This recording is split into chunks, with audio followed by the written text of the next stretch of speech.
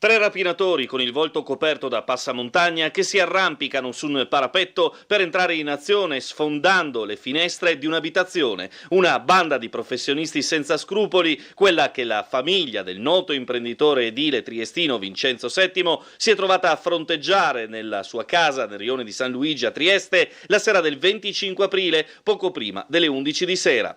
Io ero giù in soggiorno che guardavo televisione, avevo il mio cane vicino e mia moglie e mia figlia erano al piano di sopra, così, che parlavano sul letto del più del meno con le luci accese, e mia moglie ha sentito un rumore sulla portafinestra di una terrazza laterale. In prima battuta sembrava che fosse un uccello o qualcosa, perché siamo abbastanza in alto e quindi ogni tanto capita che qualche gabbiano batte sulle finestre, ma al secondo tentativo di effrazione ha sentito un forte crick sul vetro. Ha tirato sulle tende elettroniche e ha visto tre persone dietro la vetrata incappucciate che si abbassavano per non farsi notare. A quel punto ha urlato, mi ha chiamato su, io sono salito, ho attivato il sistema di allarme, uscendo su una terrazza gridando al ladro. Diciamo che nel rione tanta gente ha aperto le finestre e devo ringraziare tutti i vicini perché ci hanno supportato e sostenuto, e i ladri sono scappati via con un Audi in strada.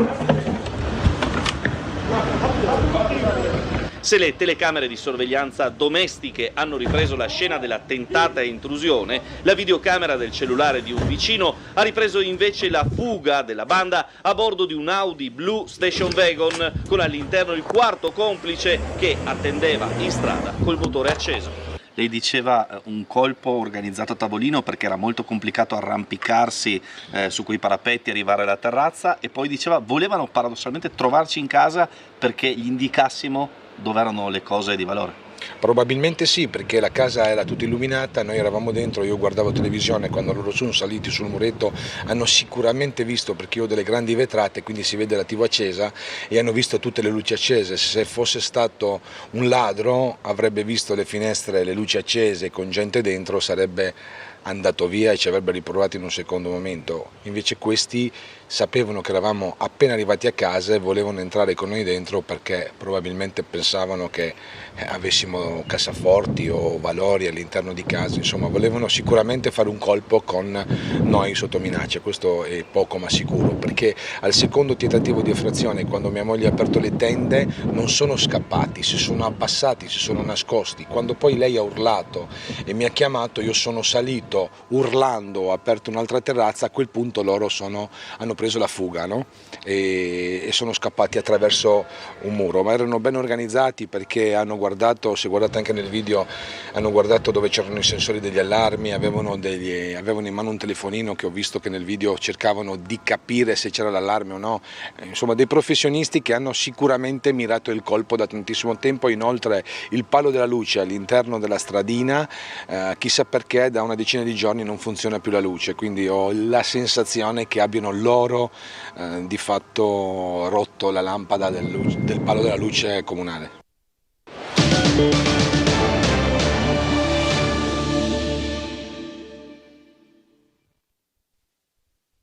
Una furibonda rissa tra giovani è andata in scena nella notte in via dell'Orologio, a 2 passi da Piazza dell'Unità, nella zona nobile che ospita l'ingresso al palazzo della Giunta regionale e l'hotel Duchi d'Aosta. A prendere parte al fatto di cronaca un numero ancora imprecisato di ragazzi tra i 10 e i 15, sta da quanto riferito in mattinata dalla questura. Tra questi sia italiani che stranieri, che a quanto pare non si conoscevano e non avevano dei trascorsi o delle vicende pregresse in sospeso. Futili motivi dunque, come si dice in questi casi, ad innescare prima la lite verbale, poi le minacce e dunque le botte. Ad avere la peggio nel parapiglia sono stati 2 italiani, entrambi maggiorenni, che sono stati medicati al pronto soccorso di Catinara per una serie di botte e lesioni. Al momento la polizia tende ad escludere la presenza di coltelli, anche se ovviamente tutti gli altri coinvolti nella rissa non sono ancora stati identificati e sentiti, anzi i 2 soli che al momento hanno conferito con gli agenti sono stati proprio i 2 che sono stati oggetto di cure all'ospedale. grave. Di conseguenza non è escluso che altri, pur feriti, abbiano scelto di sparire per evitare conseguenze penali. Ancora una volta saranno decisive le immagini di sorveglianza. In questo caso sono parecchie, dislocate su più angoli di Via dell'Orologio, Mercato Vecchio e limitrofe, le telecamere che impegneranno nella visione dei filmati gli esperti della Questura triestina in questa ultima domenica d'aprile.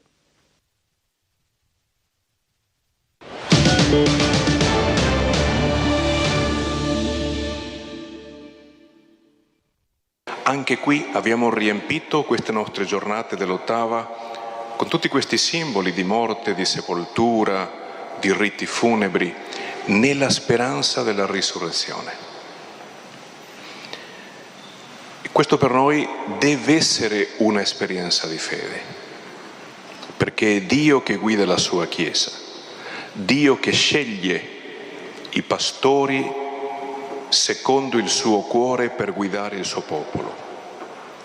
E così come Papa Francesco e prima Papa Benedetto, Giovanni Paolo II, Paolo VI, tanti altri papi prima, ci donerà un nuovo pastore. Mi ha fatto molto pensare in questi giorni che abbiamo visto tante interviste, gente che per strada parlava e diceva cosa sentiva di fronte a quello che si viveva con la morte di Papa Francesco.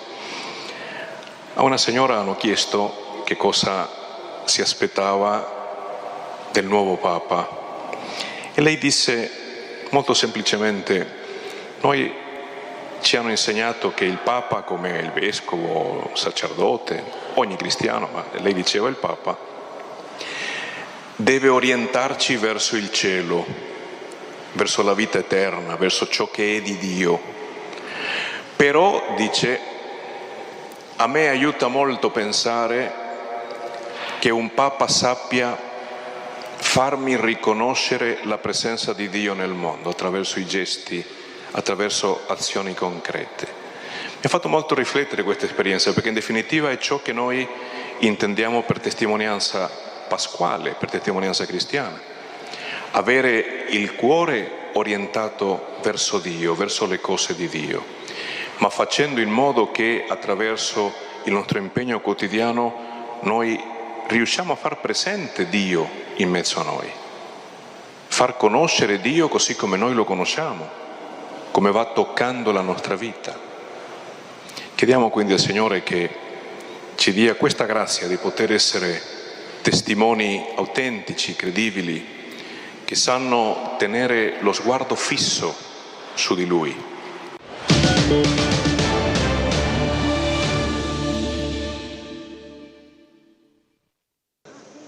Due zaini sospetti abbandonati in via Mazzini sul marciapiede hanno destato un allarme bomba. La via Mazzini è rimasta chiusa per circa mezz'ora per consentire agli artificieri di verificare che all'interno di questi zaini non ci fosse nulla. L'intervento della polizia con gli artificieri è stato pressoché immediato dopo che un passante aveva dato l'allarme al 112 per due zaini abbandonati davanti alle vetrine di un negozio di via Mazzini. La strada riservata ai mezzi pubblici è stata subito chiusa al traffico tra via Embriani e via San Lazzaro intorno alle 10:30 del mattino, provocando disagi al traffico. Una fila di autobus si è formata in piazza Goldoni, dove è intervenuta anche la polizia locale. Numerosi passanti allarmati dall'operazione concitata, che a qualcuno ha ricordato la scena di un film. Dopo circa mezz'ora i due proprietari degli zaini hanno svelato il retroscena. Impegnati in una consegna, hanno subito un furto all'interno del loro furgone. Sì, noi nostri due colleghi questa mattina eravamo qui con il furgone per scaricare qui alla casa di riposo e nel giro di un minuto avevamo lasciato chiuso col finestrino aperto, non so come, sul sedile, e ci hanno portato via i due zaini. Abbiamo rifatto un giro, poi abbiamo visto qui ovviamente le transenne, tutti i nastri bianchi e rossi. Abbiamo detto è successo qualcosa. Abbiamo visto allarme per due zaini sospetti e abbiamo ipotizzato, abbiamo chiamato la questura e in effetti erano i nostri zaini. O qualcuno probabilmente ha visto che si sono intrufolati dentro e li ha rincorsi e questi probabilmente uno o due, non so, saranno scappati, corse e hanno lasciato lì il tutto. Erano i vostri zaini di lavoro, insomma? Sì, i nostri zaini di lavoro con il mio anche con documenti e tutto rientrato. C'è tutto? C'è tutto.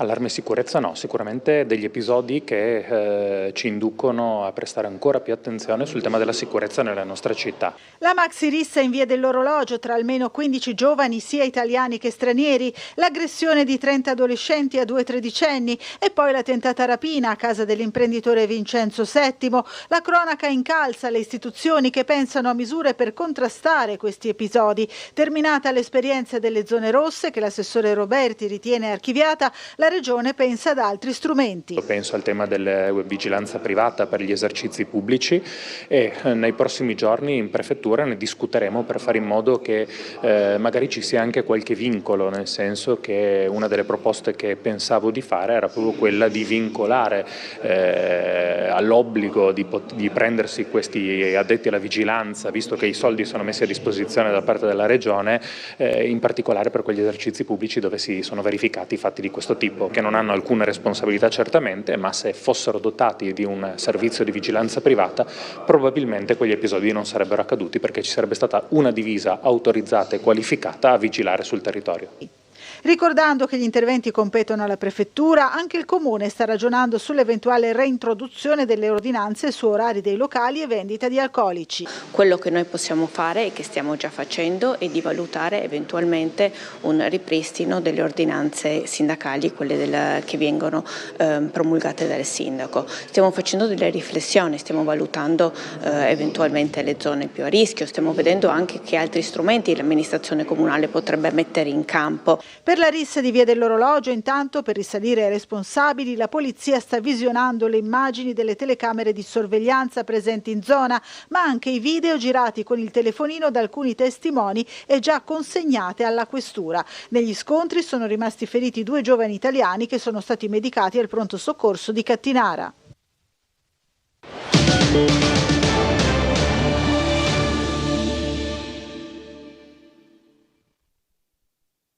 Io sono disponibile a fare di nuovo alcune restrizioni. Non è da escludere il ritorno delle zone rosse a Trieste. Certamente è più che probabile che venga presa in considerazione una nuova ordinanza sindacale anti-alcol e degrado. Il perché è da ricercare nei nuovi episodi di violenza che hanno caratterizzato un'ampia area della città. Dalla rissa fra giovani nella notte fra sabato e domenica in via dell'Orologio, 2 feriti cittadini italiani, a quella scoppiata in piazza Perugino alle prime ore della domenica di Pasqua, costata un viaggio all'ospedale a Quattro Romeni. Per entrambi gli episodi, nei quali il protagonista è l'abuso di alcol, indaga la questura. Verso possibili nuove restrizioni, dunque, temi che potrebbero essere in agenda della prossima riunione del Comitato per l'Ordine e la Sicurezza Pubblica nel Palazzo della Prefettura, come confermato dal sindaco di Piazza. Adesso chiamerò il prefetto, faremo il comitato e decideremo. Poi il sindaco si è soffermato su un'altra questione, quella del rifacimento della pavimentazione di Piazza dell'Unità d'Italia, un'opera considerata urgente per la quale l'amministrazione comunale si sta già muovendo. Se andate a vedere dietro a Sant'Antonio che stiamo facendo con le pietre, poi abbiamo fatto Piazza Verdi, Piazza della Borsa, Casa del Risparmio, Museo Revoltella, vedete tutte le pietre perfette. Qui si sono sfaldate, mi ricordo che Dario Macor, che era proprietario, che oggi viene la moglie qua di Renice Cave, quello di Muggia, Santa Barbara, perché quelle pietre non si sfaldano. Allora oggi viene per vedere se c'è la disponibilità, perché bisogna rifare questa piazza che ormai si è sfaldata completamente tutta. Quindi anche lei sta cercando di capire quando si può effettivamente intervenire per questo progetto? Se hanno le pietre a disposizione, nel senso che servono molte pietre e naturalmente altrimenti facciamo un pezzo alla volta, ripeto, come abbiamo fatto a Piazza Sant'Antonio adesso e le 2 vie laterali. Vediamo di fare, l'importante è farla, perché andate a dare un'occhiata che è completamente sfaldata, proprio le pietre si sono sfaldate.